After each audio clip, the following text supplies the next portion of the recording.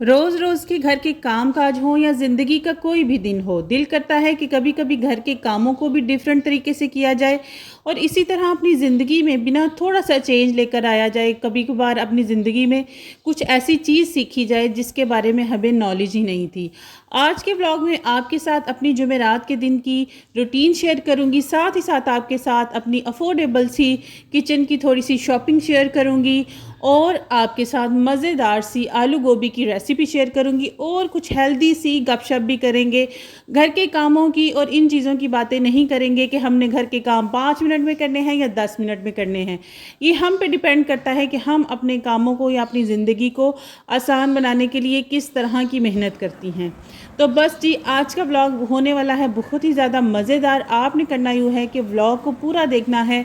अस्सलामुअलैकुम, क्या हाल चाल हैं और कैसे हैं सब? उम्मीद करती हूँ सब खैरियत से होंगे। अल्लाह का शुक्र है मैं भी ठीक ठाक हूँ। हर रोज़ घर के वही रूटीन के काम बहुत आसानी से हमें बग़ैर टेंशन और परेशानी दिए और इस चीज़ का एहसास दिलाए बगैर कि हर रोज़ की एक ही रूटीन है और उस रूटीन से मैं थक जाती हूँ। इसके लिए थोड़ी सी प्लानिंग अगर हम रात को कर लें, रात को चाहे तो अपने बच्चों के स्कूल के यूनिफॉर्म्स वगैरह उनकी लंच की कुछ प्रिपरेशंस करके रख लें या फिर अपने किचन को ही साफ़ करके रख लेना, तो हमारा जो आने वाला दिन है ना वो आसान हो जाता है और घर के काम आसान हो जाते हैं। यहाँ पर मेरा व्लॉग स्टार्ट हो रहा है बच्चों के स्कूल जाने के बाद। मैंने जुमेरात वाले दिन दर्स में भी जाना होता है और बच्चों के आने से पहले वापस आकर खाना भी तैयार करना होता है। तो आपके साथ ये सारी रूटीन शेयर करूंगी, साथ में आपके साथ बहुत मज़े मज़े की गपशप करूंगी। आपने व्लॉग में एंड तक ज़रूर बने रहना है। अच्छा, मैं ना हर दिन के जो घर के काम है ना उनको डिफरेंट तरीके से करती हूँ। कभी कभार मेरा दिल जब किसी काम को करने को ना कर रहा हो, हर चीज़ अगर वैसी बिखरी हुई है तो मैं बिखरा रहने देती हूँ। अपने लिए अच्छा सा हेल्दी सा नाश्ता बनाती हूँ, खुद को थोड़ा सा टाइम देती हूँ और उसके बाद जो घर के काम है वो करती हूँ। लेकिन आज चूँकि मुझे जाना भी था और मेरे पास टाइम की कमी भी थी, इसलिए सबसे पहले मैंने क्या किया, बिस्तर वगैरह समेट दिए, घर के अंदर से झाड़ू लगा दिया और उसके बाद मैंने लाइट सा नाश्ता अपने लिए बनाया, क्योंकि नाश्ता करना हमारे लिए बहुत ज़रूरी है। हमने पूरा दिन घर के काम काज सारा कुछ देखना होता है, तो अगर हम नाश्ता नहीं करेंगे तो हमारे अंदर एनर्जी कहाँ से आएगी। इसलिए आप लोग भी अपने लिए अच्छा सा नाश्ता बनाया करें। नाश्ता भी ना हर दिन डिफरेंट तरीके का किया करें। कभी कभार मेरा दिल कर रहा होता है पराठा खाने को, कभी कभार अंडा ब्रेड, कभी कभार आलू का पराठा या कोई भी वैरायटी मैं अपने नाश्ते में डालती रहती हूँ। इवन कभी कभार मैं पोरिज भी खा लेती हूँ। डिपेंड करता है मेरा किस चीज़ को खाने को दिल कर रहा है। ज़रूरी नहीं है कि बच्चों का और हस्बैंड का बचा कुचा ही आपने खाना है।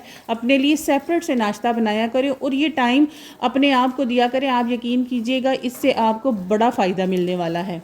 ये जो गोश्त मैंने सुबह सुबह ही निकाल कर रख दिया है, इससे मैंने बच्चों के ना 2-3 तरह के आइटम्स जो हैं वो लंच के बना कर ना फ्रीज़ करने हैं, ताकि मैं अपनी जो सुबह है उसको और ज़्यादा पुरसकून बना सकूं और अपने दिन को और अपने आप को ना मेंटली और फिज़िकली तौर पर रिलैक्स रख सकूं। थोड़ी सी मेहनत करनी पड़ती है किसी भी काम को करने के लिए, चाहे ये यूट्यूब चैनल ही क्यों नहीं है, आपको इस पर भी मेहनत करनी पड़ती है। और मेरी तो यूट्यूब चैनल की हालत ऐसी है कि कभी मेरे दिल की तरह कभी ऊपर जा रहा होता है और कभी नीचे आ रहा होता है। कभी कभार वीडियो पे 100 व्यू भी आ जाता है आजकल, तो मैं तो खुश हो जाती हूँ कि चलो कम से कम 100 तो आया।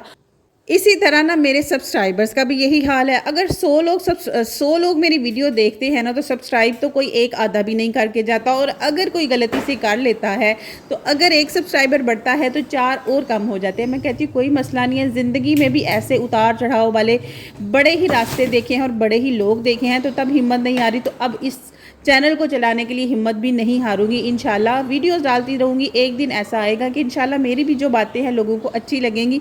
हालांकि कोशिश तो बड़ी करती हूँ कि अच्छा ही बोलूँ, लेकिन पता नहीं क्या मसला है। खैर, यहाँ पर मैं अब दर्स से आ चुकी थी और आने के बाद मेरे पास टाइम बिल्कुल कम था, क्योंकि आते आते मुझे थोड़ा सा टाइम हो गया, क्योंकि मैंने मार्केट जाना था और वहाँ से मैंने अपने किचन के लिए, अपने घर के लिए थोड़ी सी शॉपिंग की, वो भी आपके साथ शेयर करती हूँ। और झटपट से अपनी जो खाने की रेसिपी है वो भी आपके साथ शेयर करूंगी। यकीन कीजिएगा यहाँ पर आई थिंक 12:30 या 1:45 का टाइम हो गया था और मेरे बच्चों ने 1:30 बजे स्कूल से आ भी जाना था, उनके लिए मुझे खाना भी बनाना था और इन सारी चीज़ों को भी समेटना था।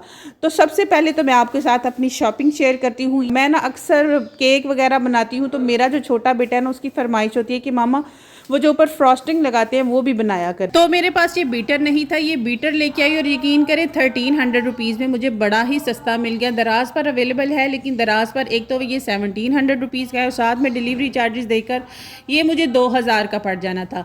यहाँ पर टमाटर तो जनाब ले आई थी, सस्ते टमाटर मिले, 1 किलो मैंने ले लिए, लेकिन 100 रुपये के किलो टमाटर में उसने 2 टमाटर मुझे खराब डाल दिए थे। खैर अब क्या कर सकते हैं, ये बेईमानी करने से तो बाज नहीं आएंगे। इन 2 खराब टमाटरों को मैं अपनी अभी हंडिया में यूज़ कर लूँगी। अब ना यहाँ आपको अपनी बाकी की शॉपिंग दिखाती हूँ। ये छोटा सा क्यूट सा गमला मैं ना 100 रुपये का लेके आई थी। ये वैसे 100 रुपीज़ वाली जो शॉप्स होती है ना, वहाँ पर ना इतना अच्छा और इतनी अच्छी क्वालिटी का नहीं मिलता। ये मैंने डिकोर शॉप से लिया था और वहाँ पर मुझे बड़ा प्यारा लगा, तो मैं ये एक लेकर आई। ये एक मैं हैंगिंग बास्केट के अंदर ना प्लांट लगे हुए थे, साथ में ये लटकने वाली बेल्स भी थी और मैंने ना इसको अपने किचन में लगाने के लिए लिया है। जब मैं अपने किचन में लगाऊंगी तो वहाँ पर भी आपको ज़रूर दिखाऊंगी, जब मैं आपके साथ अपना किचन का पूरा फाइनल लुक शेयर करूँगी। लेकिन यहाँ पर लगा कर भी आप मुझे बताइएगा कि ये कैसा लग रहा है। अगर तो यहाँ पर भी ये अच्छा लग रहा है तो यहाँ के लिए मैं और ले आऊँगी, क्योंकि ये इतना सस्ता मुझे मिला कि मेरा दिल कर रहा था मैं 2-3 ले जाऊँ। खैर अब जो शॉपिंग थी वो तो सारी मैंने समेट ली, लेकिन प्लास्टिक की जो बॉटल्स और प्लास्टिक के जो मैं छोटे छोटे डोंगे लेकर आई हूँ ना, उनको हमेशा प्लास्टिक की कोई भी मैं चीज़ लेकर आऊँ मैं हमेशा उनको धोती हूँ और उसके बाद उनको यूज़ करती हूँ। और थोड़ी देर के लिए रेस्ट भी कर लिया, जब सब्ज़ी काटी तो बैठ कर काटी और इसी बहाने से मुझे ना रेस्ट भी मिल गया। अच्छा, अक्सर मैंने ना लोगों के घरों में देखा है कि वो हंडिया में इतना ऑयल यूज़ करते हैं कि उसके बाद जो ऑयल प्लेट्स में बच जाता है वो इसी तरह सिंक में जाता है और वो फिर ज़ाया होता है। यकीन करें मैंने कभी भी ऑयल जो है उसको वेस्ट नहीं किया। ये कल की हंडिया का ऑयल था जो उसके ऊपर से ना सेपरेट हुआ था। मेरे बच्चे ना ऑयल इतना पसंद नहीं करते तो मैं ना निकाल लेती हूँ। ये इसी ऑयल के अंदर, यानी कि कल वाली हंडिया वाले ऑयल के अंदर ही मैं अपना खाना बनाऊंगी और आपको मैं वीडियो के एंड पे दिखाऊंगी भी कि कैसे ऑयल साथ ही सेपरेट हो जाता है और मैं चाहे तो इसी ऑयल को दोबारा भी यूज़ कर सकती हूँ, बीच में थोड़ा सा और डाल के। इस तरह से ना हमारे जो कुकिंग ऑयल है ना उसकी बचत भी होती है। आप यकीन करें कि मैं इसी तरीके से जो 5 किलो ऑयल है उसको मैं पूरे 2 महीने निकालती हूँ। इवन मैंने उसी ऑयल के अंदर ही बच्चों को अक्सर चिप्स वगैरह या कोई भी चीज़ फ्राई करके देनी होती है और उसी 5 किलो के ऑयल में ही फ्राई वगैरह करके देती हूँ और वो ऑयल सेपरेट ही होता है। लेकिन आपको बताने का मकसद ये है कि इससे हमारी चीज़ की अगर थोड़ी सी भी बचत होती है और इस ऑयल से अगर हमारे 2-4 दिन भी एक्स्ट्रा निकल जाते हैं ना, तो वो हमारे पैसों को सेव करने में ही हमारे काम आते हैं। यहाँ पर ना ये छोटे छोटे से प्लास्टिक के डिब्बे भी लेकर आई थी। ये जो डब्बे हैं ना, फ्रिज में लेफ्ट ओवर सालन या कोई भी चीज़ रखने के ना बड़े काम आते हैं। ट्रांसपेरेंट डब्बे ही हमेशा लिया करें, उससे आपको ये तो नज़र आता है ना एटलीस्ट कि आपने किस डब्बे में क्या चीज़ रखी है और उस चीज़ को फिर फौरी तौर पर यूज़ कर लिया जाए। ऐसा ना हो कि डब्बों को देखे ही ना और वो चीज़ ख़राब हो जाए और वो वेस्ट हो जाए। तो जी फ्रेंड्स, आज के ब्लॉग के लिए इतना ही। और अगर अभी तक आप मेरी वीडियो देख रही हैं तो मुझे लगता है कि आपको मेरी बातें अच्छी लगी होंगी, इंटरेस्टिंग लगी होंगी, मेरा ब्लॉग अच्छा लगा होगा। अगर अच्छा लगा है तो चैनल को सब्सक्राइब, वीडियो को लाइक एंड शेयर करना मत भूलिएगा। दुआओं में याद रखिएगा। अल्लाह हाफिज़।